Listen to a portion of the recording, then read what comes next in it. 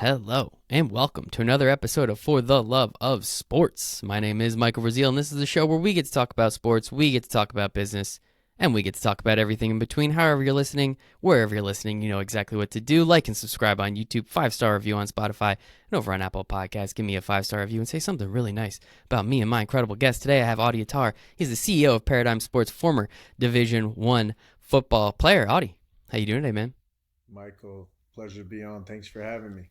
Pleasure is all mine, man. I'm excited. You've done so much stuff. You have so much stuff coming up. You're working with Conor McGregor. You start your own sports agency, Roadhouse. We'll just leave that. That's called a tease for the people in the business. We'll just say that, leave that there. But Audie, first question I have for everybody on the For the Love of Sports podcast is, why do you love sports so much?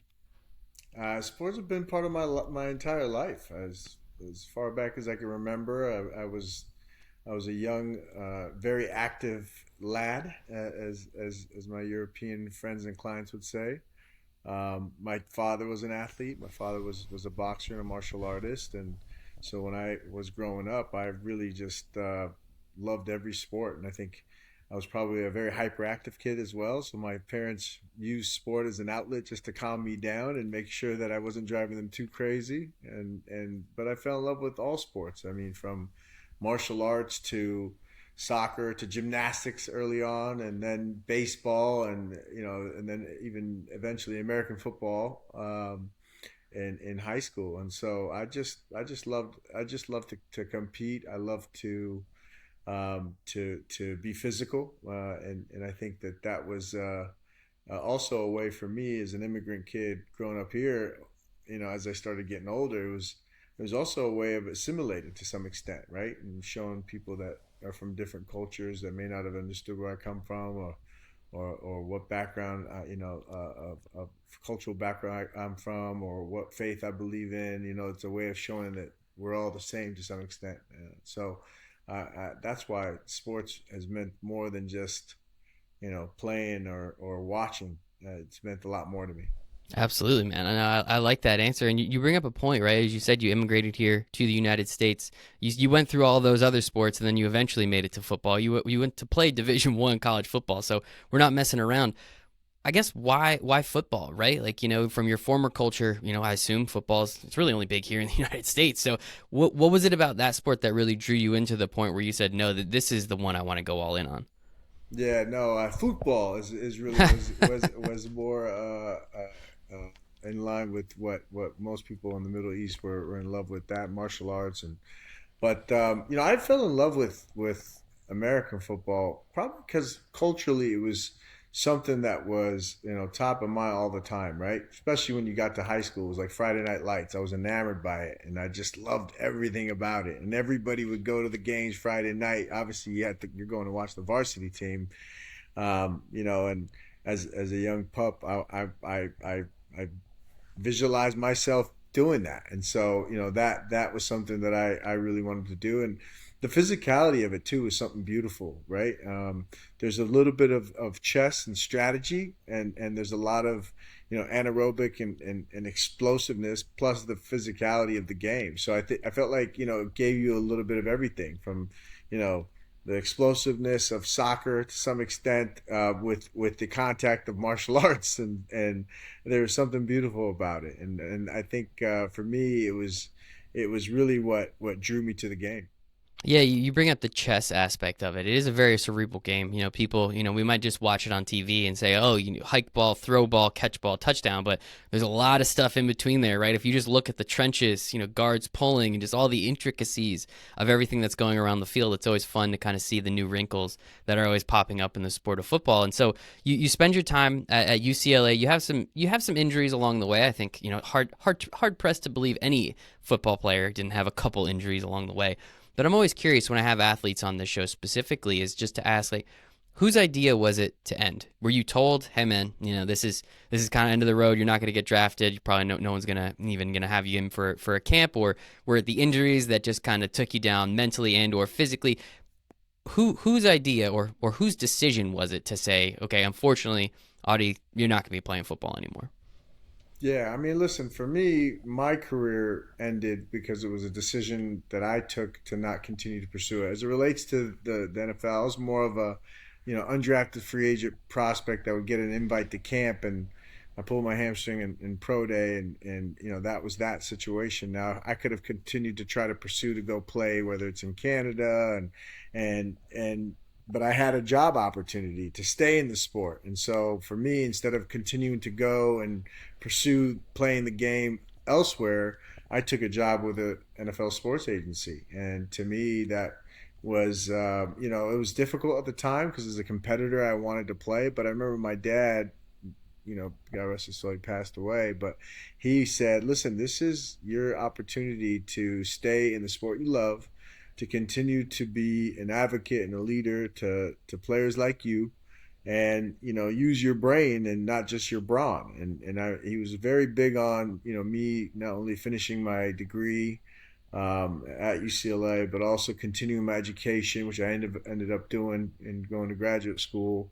But I think he was just, he saw how passionate I was about the sport, and really was trying to get me to think outside the box as opposed to just trying to compete and just trying to just continue to go out there and play the game. And it was difficult, I would say, to transition and go from, being the competitor on the gridiron to being someone that's an advocate for those competitors on the gridiron.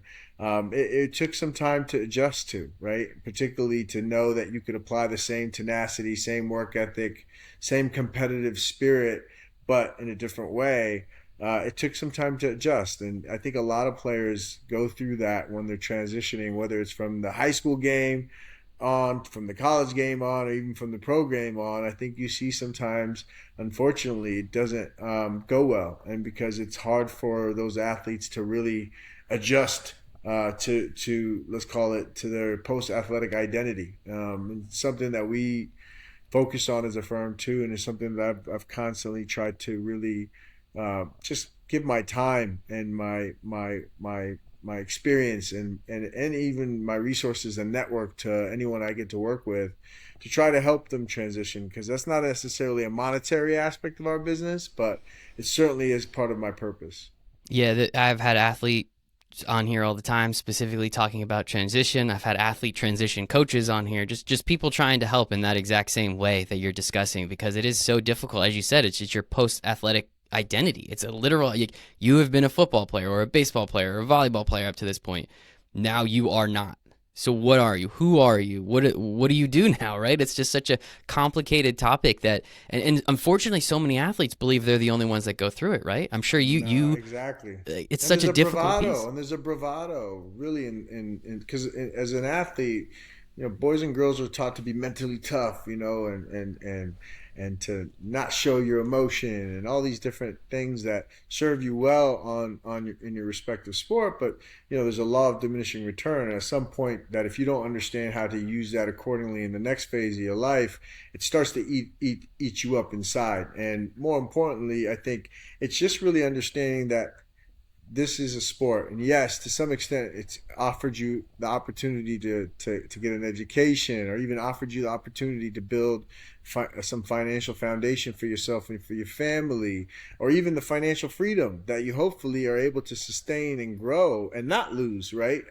Because you've seen so many athletes even earn a wild amount of money that's usually generational, and they lose it all, right? And so at the end of the day, though, it doesn't matter at what level you are, you're going to go through that challenge. And I think what's important for us is always to remember why we started, and realize the gains that we made, and live an attitude of gratitude. And then more importantly, there's nobody that's too big to start over and start from ground zero. And really remember that while you were the big man or the big woman on campus, so to speak, that you remember how you got there. It started where you had to take those reps and work your way up, right? So it should be no different that if you start with your post athletic identity, you do the same. And if you apply those same principles, same humility, same tenacity and work ethic, there's no question that you're going to achieve that same level of greatness in whatever it is you decide to do in your post athletic identity.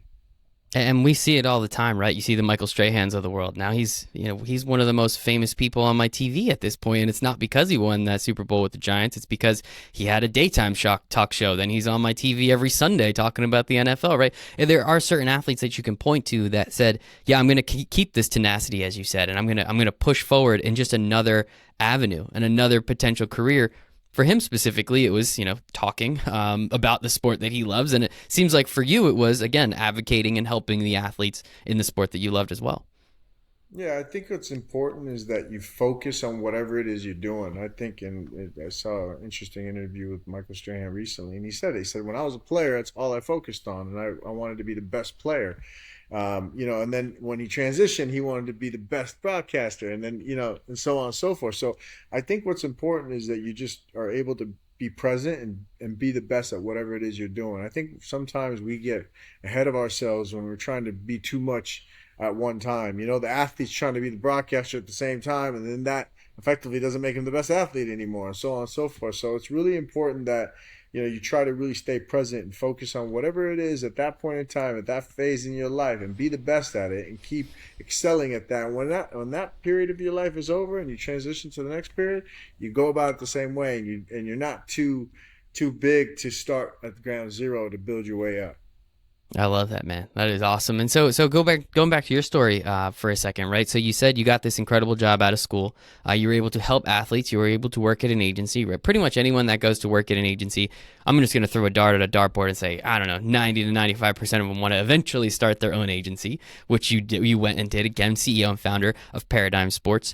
What was it specifically about wanting to start, own, found this business that you couldn't do potentially working with others in the industry? It's funny. I was driven to do this, right? Because I actually proposed a succession plan to the old bosses that I work with, and ideas and how I could build ventures, and that was it was falling on deaf ears, and so to Egos, some extent, surprise. to some extent, it was like I was pushed to do this, right? And when you're left with no options, I'm a big believer in being a team player. I'm not a big believer in doing something and then just going and turning my back on people. That's just not, I don't think that's ethical. Could I have done it? Sure. It was at the end of the day, anybody's free to do that. But I do think there's something to be said about trying to build something, particularly with those that you're already doing work with. So I was forced to do that. And, when you're pushing to a corner and the chips are stacked against you, I think that's when you see what you're made of, right? And so I went back to business school and I founded Paradigm Sports Management while I was in business school, and it was because I had a paradigm shift on based on what I thought that not only did I want out of my own life and career, but what I felt an agency should be all about, and I wanted to disrupt and focus on underserved markets, and I wanted to build media and content IP, and I wanted to build business ventures with our athletes and our ecosystem. And so it was really starting to just allow my wings to fly, so to speak. And sometimes you have to be met with adversity and resistance and denial and all those things that will then force you to go and find that path for yourself, right? And it's been great. And so I think it's now all about just continuing to iterate and evolve and grow. And I think that we've done a great job the last 12 years, but I think that I'm already looking forward to the next 12, right? And so I'm really proud of what we've accomplished, but I can't rest my laurels on that because that's past. That's in the past. And, we could talk about it in interviews and I'll, acknowledge that, but ultimately we have to stay focused in the present and look into the future. Yeah, then let's talk about the present in the future, man. Like you got some cool stuff going on. You've been working with Conor McGregor for a long time, right? You have some other incredible athletes in your roster. I know you work with a lot of MMA guys as well. I guess what is it about your philosophy? What is it about the way you think that says, hey, it's not just about what you do on the field or in the octagon. It's all the stuff around it, right? It's that halo effect that allows NBA players to become billionaires, as we've seen. It allows Tiger Woods to do what he's done. What is it about that philosophy that you have that draws athletes to you and allows you to help them execute upon all the the media, the IP, all this stuff that you've been talking about? Sure. I mean, it's not just me, right? Of course. I've built an amazing company, and I'm able to not only attract athletes that I get to work with personally, like Conor McGregor, but then I've been able to attract great partners and teammates as well that then go out and recruit as well. And so we've built a great company based on the foundation of trying to think outside the box, of maximizing a career of an athlete and thinking about them as more than an athlete, right? And thinking about them as businessmen and women. And it's one of those things where it's about not only impressing upon them our ability to do so, and sure, they look at your track record, that helps obviously in getting into the conversation, but it's also being able to differentiate on a case by case basis to show each one uniquely why they should sign with us, right? And so whether that's with me or whether it's with one of my teammates, whether it's MMA, and we're also involved in soccer, and we have some amazing young athletes, both veterans and budding stars, that we're really excited about. And so I think in today's landscape, every athlete is now seeing the power of their own brand, right? The power of the platform that they have to not only maximize their earning potential as in the respective sport, but then everything that comes beyond that. But again, I think those that are very, very much focused on their sport are the ones that are going to give themselves the best opportunity to excel everywhere else. Because if you're so much worried about building a brand and you lose sight about what got you there, and you're not performing at the top of the game, you're not necessarily going to build the biggest brand, right? And so ultimately, I think it's important for athletes to always remember what got them there and continue to focus on their craft and be the master of their craft, because that ultimately is going to drive everything else from an economic perspective, whether it's their contract, whether it's the sponsorship and partnership, whether it's the social media growth and platforms that they could then leverage and monetize, and so on and so forth. So I think it's just important that the athletes that we work with really see that we're advisors all around, and that we're always going to shoot them straight, even when they don't want to necessarily hear the things that we may tell them. It's always going to come from a place of honesty, integrity, sincerity, and more importantly, trying to help them achieve their North Star, get to the North Star, so to speak. I love it, man. Have you ever seen the movie Jerry Maguire by any chance? You're spitting a lot of Oh Lee man, Steinberg at me. I love it. I love Jerry I Maguire. was gonna say you have a lot He's of a Lee Steinberg classic. philosophies, and I appreciate that. He's a good dude, doing some good stuff. Shout out David Meltzer as well. He's a huge fan of his. So let's talk about Conor McGregor David, specifically. You got the I'm a huge fan of David as well. yeah. David's a great guy. I like That David. doesn't surprise me. You said a couple key words in there that I recognize. So I do appreciate him a lot for that, and obviously glad to see that you guys are rocking it a little bit. So I do want to talk about Conor McGregor, right? You're wearing the shirt Tidl Sports, if I'm not mistaken. That's with Conor, right? You helped him launch his whiskey business, Irish Proper Number 12, his Irish whiskey, right? How do you how do these ideas who comes up with these ideas, and then everyone's got $1 billion idea. How do you even start to execute upon these things, right? Like with a megastar like Conor McGregor, when he was at his absolute peak, right? Like, when is the time to strike, for lack of a better term? How do you determine that and say, okay, this is what we should do, we should do it now, and this is how we're going to do it? It's interesting. I think it's a case by case basis. This is not like let's call it a blueprint that you could just roll out and do with every athlete. It's very, very unique to each individual athlete and or brand, right? In terms of proper 12, we had Connor had reached the pinnacle of the sport. He was the champ, first two division champion in UFC history. We were moving on then to fight Floyd Mayweather, which was the epic and first crossover event that now has set the trend for all these different fights and boxing exhibitions and celebrity matches that you're starting to see left and right. But arguably that was the biggest combat sport, biggest boxing event in the history of boxing.